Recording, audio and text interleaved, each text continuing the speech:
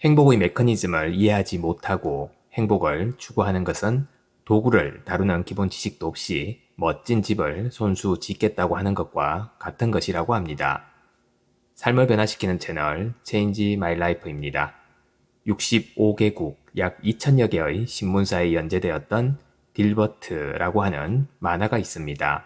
이 만화의 작가 스콧 애덤스는 수많은 실패를 거듭한 불운한 회사원에서 세계에서 가장 유명한 만화 중 하나를 탄생시켰는데요. 오늘은 그의 책, 더 시스템에 나오는 메시지 중 하나를 들려드리겠습니다. 그럼 바로 시작해 보겠습니다. 인생에서 유일하게 합당한 목표는 행복한 경험을 최대한 많이 누리는 겁니다. 이기적으로 들릴 수도 있겠지만 실은 그렇지 않죠. 행복을 정진시키고 싶다면 행복이란 무엇이며 어떻게 작용하는지 이해해야 합니다.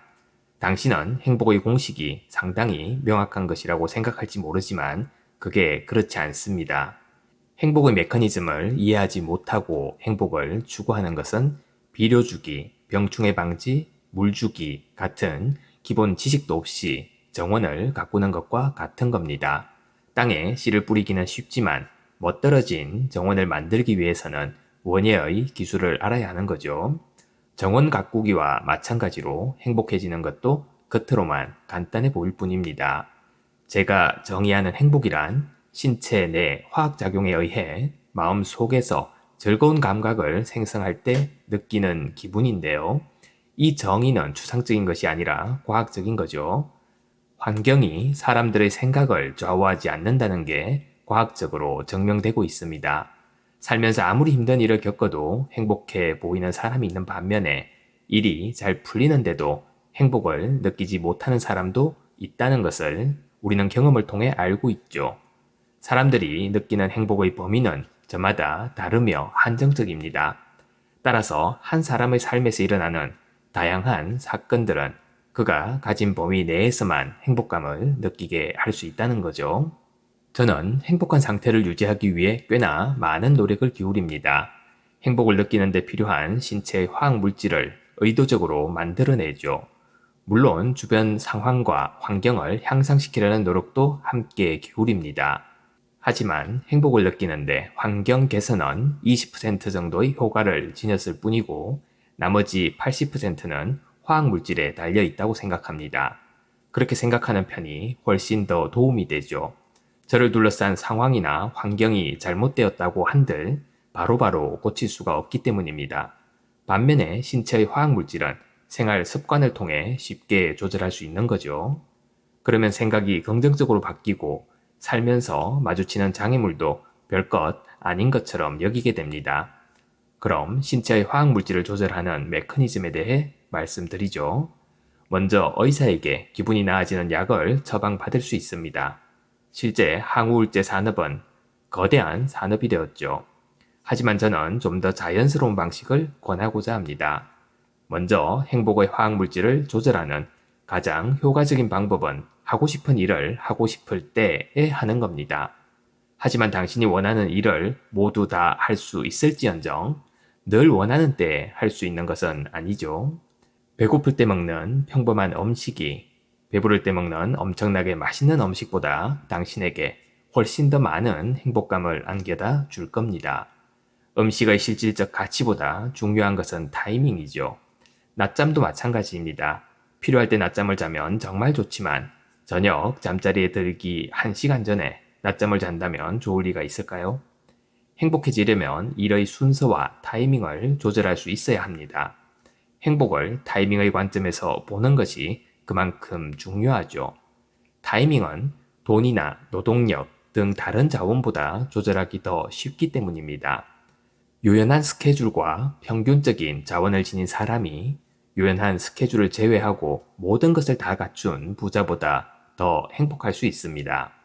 행복을 찾아 나서는 길에서 먼저 해야 할 일은 자신의 시간을 자유롭게 사용할 수 있을 때까지 계속해서 노력하는 겁니다.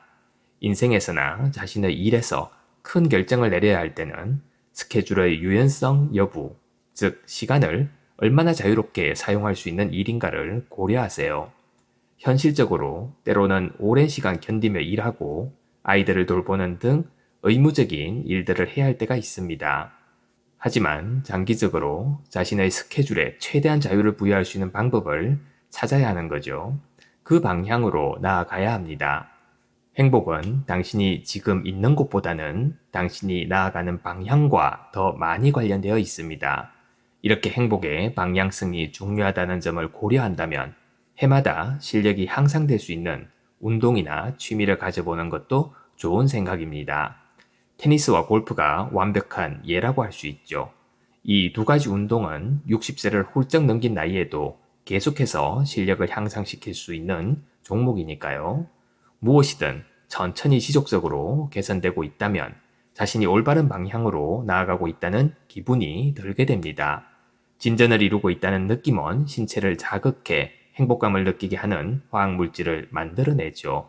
직업을 고를 때는 당신의 수행 능력을 평생에 걸쳐 성장시킬 수 있는 일인지 아니면 그저 현상만 유지하거나 점차 당신의 능력을 갉아먹는 일인지 살펴야 합니다.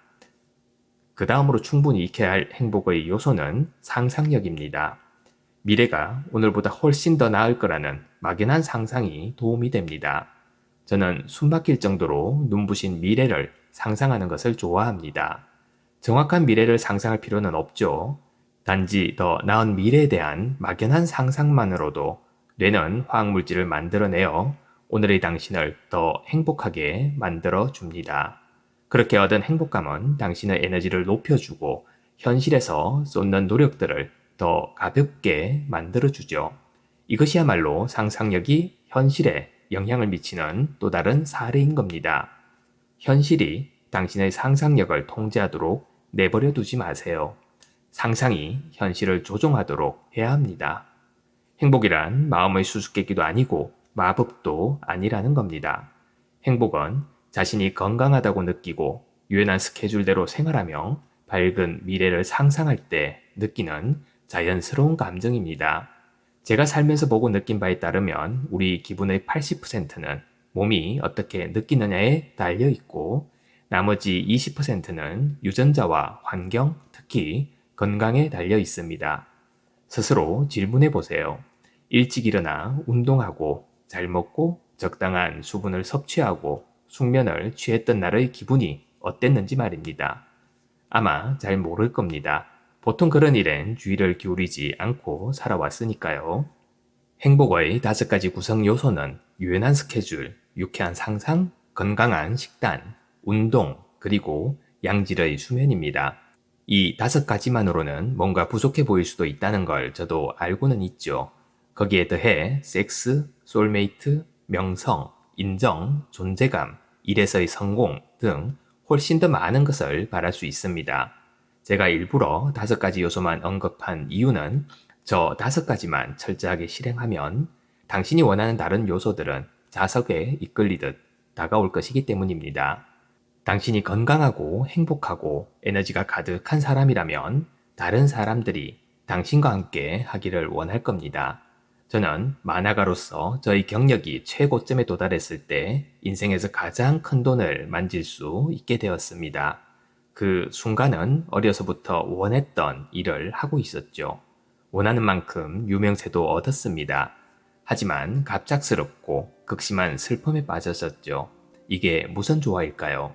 한동안 제 자신을 돌아본 결과 제가 목적과 방향을 잃은 표류자라는 걸 깨달았습니다. 그동안 꿈꿔온 목표를 달성하고 나니 이제 인생의 목표가 사라져버린 거였죠. 너무나 불안정하고 섬뜩한 느낌이었습니다.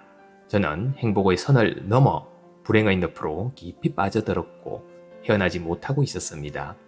그러다가 돈이나 유명세처럼 새로 얻은 자원을 활용해서 작지만 긍정적인 방향으로 세상을 변화시키는데 일조할 수 있겠다는 생각이 들었고 그제야 우울의 늪에서 벗어나게 되었습니다.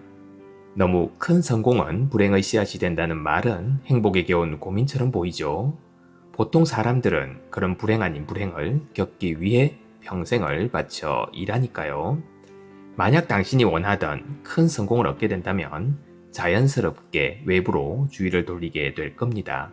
그리고 다른 사람들을 돕는 과정에서 더 큰 행복을 찾게 될 겁니다. 제가 약속하건대 이 기분은 정말 끝내줍니다.